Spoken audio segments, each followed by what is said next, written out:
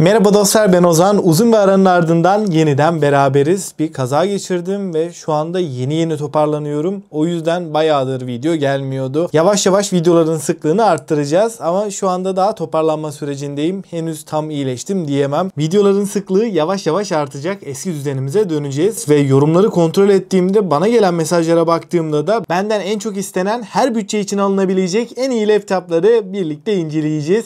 Baştan belirteyim, her zamanki gibi benim almayacağım, önermediğim hiçbir laptop bu listede olmayacak. O yüzden içiniz rahat olsun. Konuşurken biraz zorlanabiliyorum. Nefes alışverişlerimi duyabilirsiniz. O yüzden şimdiden kusura bakmayın. Tam olarak iyileşene kadar bir süre böyle devam edeceğiz. O zaman buradaki laptopları neye göre seçtin derseniz, tamamen kullanım alanı ve seviyelere göre belirledim. Yani burada gündelik kullanım ve ofis içinde laptoplar varken, mühendislik, yazılım, grafik tasarım, oyun içinde çok sağlam laptoplara yer verdim. Ve laptop alırken her zaman söylüyorum, nereden aldığımız ve satıcılar çok önemli. Bu laptopların hepsinin de en ucuz, güvenilir satın alma linkleri açıklama ve yorumlarda var.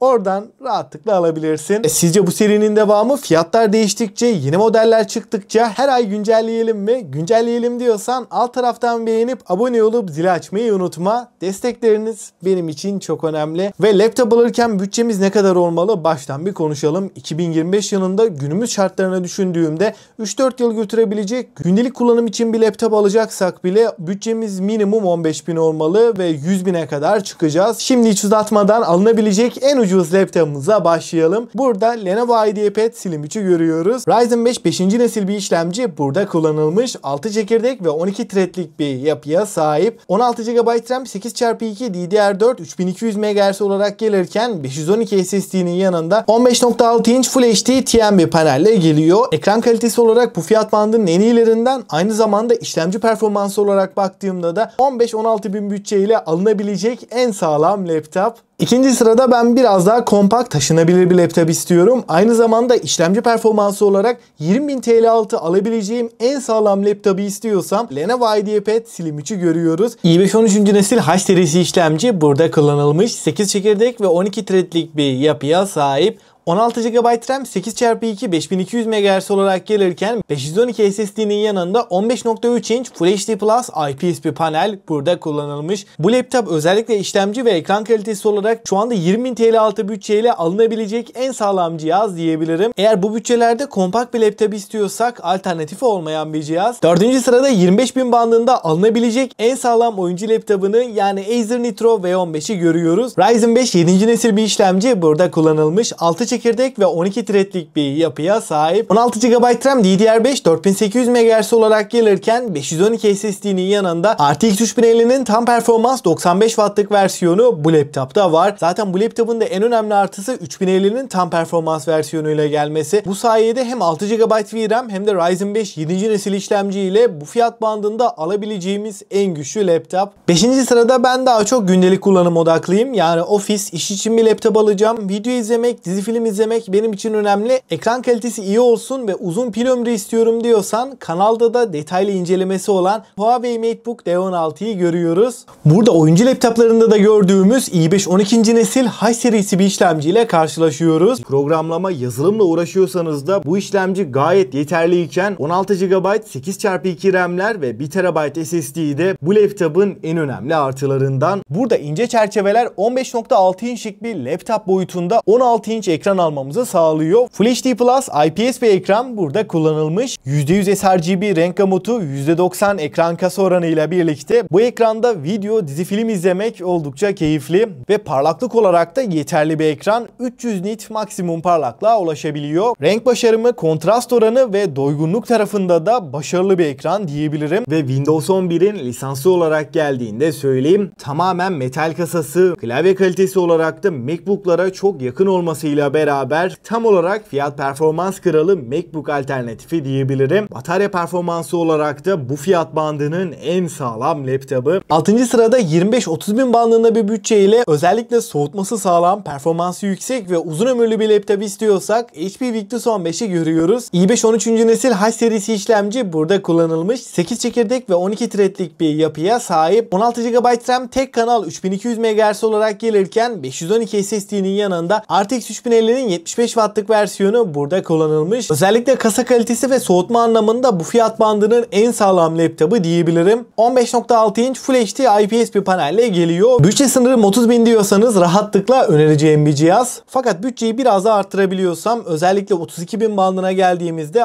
RTX 4050 kullanan, kaliteli ekranı, iyi soğutması ve genel deneyimiyle düşündüğümde 35.000'e kadar en sağlam laptop kesinlikle Acer Nitro V15 i5 13. nesil H serisi işlemci burada da kullanılmış. 8 çekirdek 12 threadlik bir yapıya sahip. 16 GB RAM, 8x2 DDR5 4800 MHz olarak gelirken RTX 4050'nin 60 wattlık versiyonuyla karşılaşıyoruz. 60 wattlık 4050, evet burada tam performans bir 4050 kullanılmamış. Ancak bu fiyat bandında bir 3050 almaktansa 4050'nin 60 wattlık versiyonu ve aynı zamanda 16 GB RAM ile gelmesiyle Acer Nitro V15 bu fiyatlarda alabileceğimiz en sağlam laptop. 8. sırada eğer mühendislik, mimarlık için bir laptop alacaksak veya oyun için alacaksak da aldığımda beni en az 4-5 yıl götürsün diyorsan, kanalda detaylı incelemesi de olan Lenovo'nun Log modelini görüyoruz. Lenovo Log'un i5 12. nesil HX işlemcili versiyonunu görüyoruz. 8 çekirdek 12 threadlik bir yapıya sahip. Performans olarak yüksek ama güç tüketimi de fazla olan bir işlemci ve bu işlemci 4060 ile birleşince batarya anlamında da bu laptoptan en fazla 2-2,5 saatlik performans alabiliyoruz. Bence bu aman bir eksi değil. Çünkü 4060 kullanan diğer gaming laptoplara baktığımda batarya performansı orta seviye diyebilirim. 4060'ın 105 wattlık versiyonu 24 GB RAM 16+8 çift kanal olarak gelirken burada kullanılan RAM'lerin DDR5 4800 MHz olduğunu da söyleyeyim. Eğer benim için birinci odak işlemci performansı diyorsan, bu noktada 40.000 bandında alınabilecek en sağlam laptop kesinlikle Victus 16'nın i5 14. nesil HX işlemcili versiyonu. 4050 fakat i5 14. nesil HX işlemcili modelini görüyoruz. 14 çekirdek ve 20 threadlik bir yapıya sahip. Bu işlemci şu anda piyasadaki H serisi tüm i7 işlemcilerden ve Ryzen 7 8. nesil işlemcilerden de çok daha güçlü bir konumda. Özellikle mühendislik, mimarlık, 3D modelleme, render için ve işlemciye yüklenen oyunlarda aradaki farkı net şekilde görüyoruz. 16 GB 8x2 5600 MHz RAM'lerle gelirken 512 SSD'nin yanında RTX 4050'nin 120 wattlık versiyonu bu laptopta var. 16.1 inç Full HD 144 Hz %62 sRGB renk gamutuna sahip. Ekran kalitesi olarak en iyisi değil fakat işlemci anlamında gerçekten üst seviye, ama bu fiyatlarda da çok kalacağını düşünmüyorum.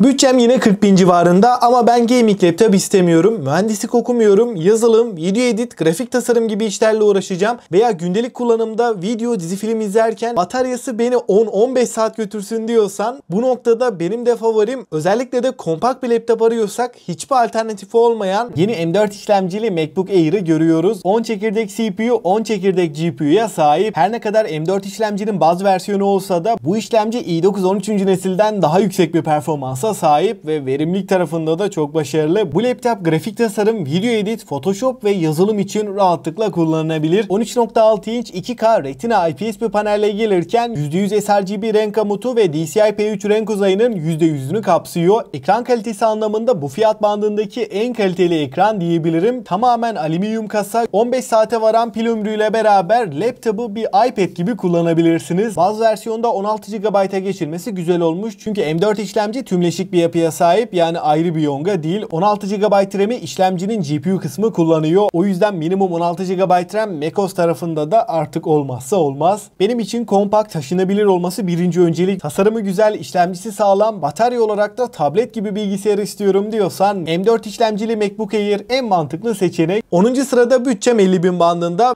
RTX 5000 serisinden bir laptop alacağım, uzun yıllar kullanayım diyorsak, bu noktada şu anda 24 GB RAM'i ve 5060 ile beraber gelmesiyle piyasadaki en ucuz, en mantıklı laptop Lenovo'nun Log modelini görüyoruz. i5 13. nesil HX serisi bir işlemci burada kullanılmış. 10 çekirdek ve 16 threadlik bir yapıya sahip. 24 GB RAM, 16x2 çift kanal 4800 MHz olarak gelirken 512 SSD'nin yanında RTX 5060'ın 100 wattlık versiyonu burada kullanılmış. Kasa kalitesi ve soğutma sistemi olarak 4060'lı modelden herhangi bir farkı yok. Burada gerçekten kaliteli bir kasa ve sağlam bir soğutmayla karşılaşıyoruz. Burada ek olarak 170 wattlık bir adaptör değil, 245 wattlık bir adaptörün geldiğini de söyleyeyim. Yani oyun oynarken, 3D modelleme yaparken veya render alırken bataryanın azalması gibi durumlarla kesinlikle karşılaşmayacağız. Ayrıca 3 yıllık Lenovo garantisi olduğunu da söyleyeyim. Bu da önemli bir artı. Ekran tarafında da 15.6 inç Full HD IPS %100 sRGB ekran burada kullanılmış. Ekran ve kasa kalitesi olarak düşündüğümde bu fiyatlarda premium bir laptop. Eğer bütçem 55 ile 60 bin bandında ve ben alabileceğim en iyi işlemciyi ve en iyi ekranı istiyorum diyorsan bu noktada Game Garage'ın Slayer X7T 5060 modelini görüyoruz. i7 14. nesil HX serisi işlemci burada kullanılmış. 16 çekirdek ve 24 threadlik bir yapıya sahip. Özellikle render, mühendislik veya video edit tarafında kullanacaksanız bu fiyatlarda alabileceğiniz en güçlü işlemci diyebilirim. 32 GB RAM 16x2 DDR5 5600 MHz olarak gelirken 1 TB SSD'nin yanında RTX 5060'ın da tam performans 115 Watt'lık versiyonunu görüyoruz. Alüminyum kasa ile beraber hem malzeme kalitesi hem de hissiyat anlamında üst segment bir cihaz gibi hissettiriyor. Tasarımının da bir gaming laptopa göre gayet sade ve şık olduğunu söyleyeyim. Fakat bu fiyatlarda çok kalacak bir laptop değil. 11. sırada Game Garage Slayer X7T'nin 5070'li versiyonunu görüyoruz. i7 14. nesil HX serisi işlemci burada da kullanılmış. 16 çekirdek ve 24 threadlik bir yapıya sahip. 32 GB RAM 16x2 DDR5 5600 MHz olarak gelirken 1 TB SSD'nin yanında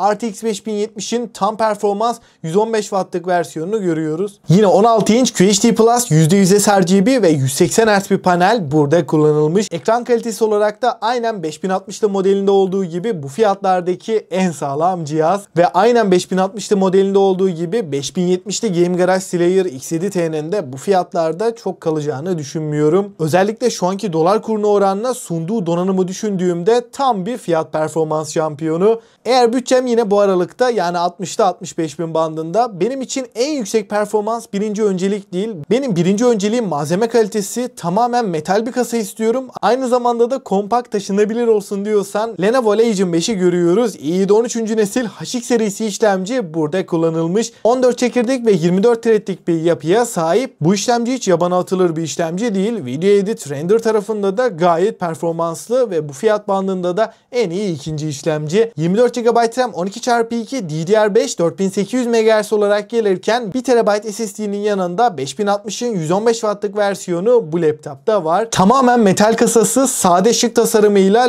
Legion 5 bu fiyat bandının malzeme kalitesi kasa yönünde en kaliteli laptopu diyebilirim. Ve 80 Watt saatlik bataryasıyla da gündelik bir kullanımda 4-5 saat götüren bir laptop. Bu noktada kompakt olmasının yanında uzun pil ömrüyle beraber taşınabilir bir laptop istiyorsak gayet mantıklı diyebilirim. 15.3 inç IPS 300 nit bir panel burada kullanılmış ve tabii ki %100 sRGB renk gamutuna sahip ve bu panelin 165 Hz olduğunu da söyleyeyim. Dolby Vision, G-Sync gibi üst düzey teknolojilerle de beraber geliyor. Yine bu bütçelerde benim için birinci odam kompaktlık, taşınabilirlik değil, kesinlikle işlemci performansı diyorsan bu noktada 65 bin bandında hiçbir alternatifi olmayan Game Garage'ın Slayer R9T modelini görüyoruz. Tel kasalı ve faz değişimli termal pet soğutma sistemine sahip Ryzen 9 8. nesil işlemcili modelini görüyoruz. Bu işlemci bırakın 5060'ı 5090'ı bile rahat besleyebilecek düzeyde. Özellikle de CS, Valorant gibi işlemciye yüklenen oyunlarda performans baya artıyor. En yüksek ayarlar 300 FPS üstünü rahat görüyoruz. 32 GB RAM'de 16x2 5600 MHz DDR5 olarak gelirken 1 TB SSD'nin yanında RTX 5060'ın tam performans 115 Watt'lık versiyonu kullanılmış. 4060'ın 140 Watt'lık versiyonuna oranla saf güç olarak ortalama %30 daha performanslı ve bu laptopun en önemli artılarından biri de ekran kalitesi. 16 inç 300 Hz QHD Plus bir ekranla geliyor ve %100 sRGB renk gamutuna sahip ve SteelSeries stereo hoparlörlerde bu laptopun ekstrası. Aynı zamanda soğutma anlamında da güçlü bir cihaz. Bu kadar iyi bir işlemci, iyi bir ekran kartı ve buna rağmen işlemci 90, ekran kartı da 80 dereceleri hiçbir şekilde görmüyor. Bu gerçekten önemli bir artı. Buradaki faz değişimli soğutma sistemi bu laptopu öne çıkaran detaylardan ki şu anda fiyatına oranla genel bütünüyle düşündüğümde bu laptop tam bir fiyat performans şampiyonu. Eğer bütçem 70 bin bandında ve bu fiyatlarda hem işlemci performansı hem de genel deneyimiyle alabileceğim en sağlam 5070'e laptopu istiyorsan Game Garage Slayer R9T'yi görüyoruz. Tam performans 5070 versiyonu versiyonunu görüyoruz. Ryzen 9 8. nesil HX serisi işlemci burada da kullanılmış. 16 çekirdek 32 threadlik bir yapıya sahip. Yine bu fiyatlarında en sağlam işlemcisi. 32 GB RAM 16x2 5600 MHz DDR5 olarak gelirken 1 TB SSD'nin yanında buradaki RTX 5070 8 GB VRAM ile gelirken 115 Watt'lık tam performans haline sahip. Yine 16 inç 300 Hz QHD Plus %100 sRGB